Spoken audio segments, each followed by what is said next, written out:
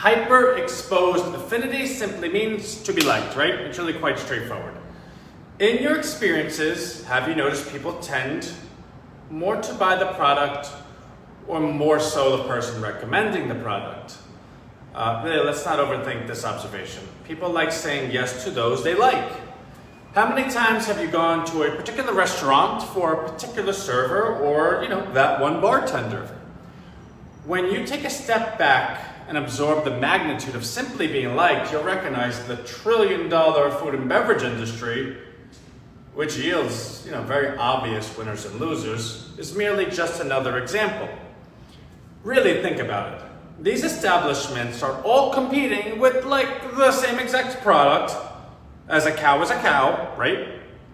Same access to recipes, because nutritional facts analogy require complete disclosure, like FDA stuff, right? And identical liquors as Jack Daniels in New York City is exactly the same as in Boise, Idaho. It's an entire industry based on customer service, a term synonymous with hyperexposed affinity, which is just a fancy way of saying our job is for you to personally like us. That's it.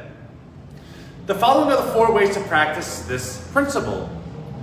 Highlighting a common component similar with your prospect's past, acknowledging a common component you share today, recognizing a shared future goal or vision, or just being found to be so attractive.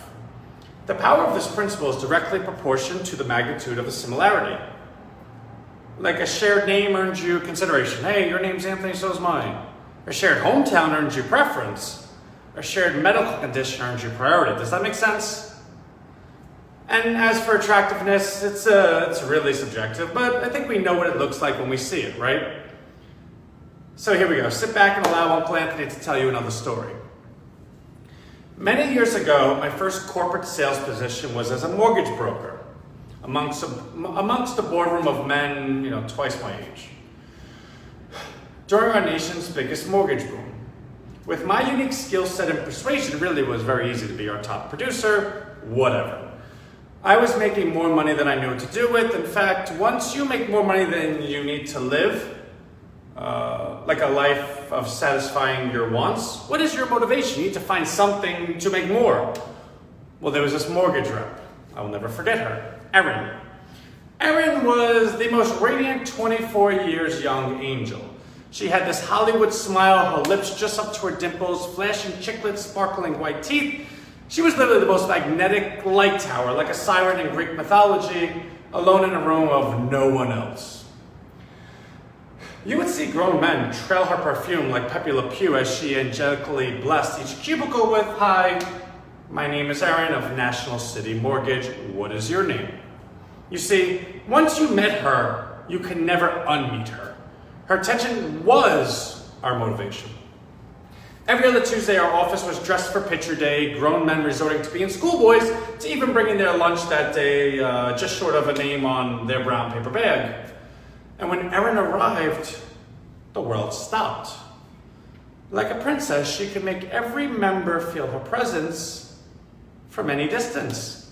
And after her welcome routine, only those with new business earned her undivided attention. You see, Erin would set her pricing matrices alongside her cup of green tea, obviously, at the head of a long table in our glass conference room.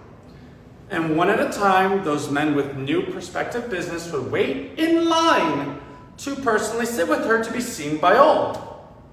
You see, the more business you had for her to price, the longer others saw you with her. So for the next 2 weeks in our office, you were the king. Us men are such boys. You never saw a more inspired workforce all week crafting our presentations to fit neatly inside her guidelines of National City Mortgage. One week, Erin brought in these little magnets. Well, you would have thought who got one was getting the ticket to Willy Wonka's chocolate factory, or that it was a Van Gogh painting, as we nearly framed it on every one of our cubicles. By now, you likely noticed not only did she win our business, but we competed to give it to her. With not a single consideration was made for the terms. As long as the business got done in a satisfactory manner, her likability overwhelm those other attributes, like price, which people confuse sales for. Sales has very little to do with price, period.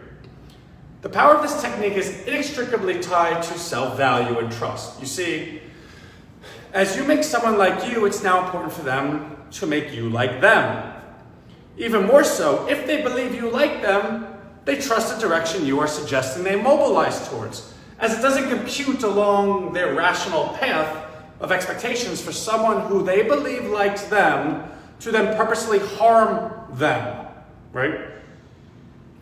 This principle structured with authority, which we will get into, is absolute.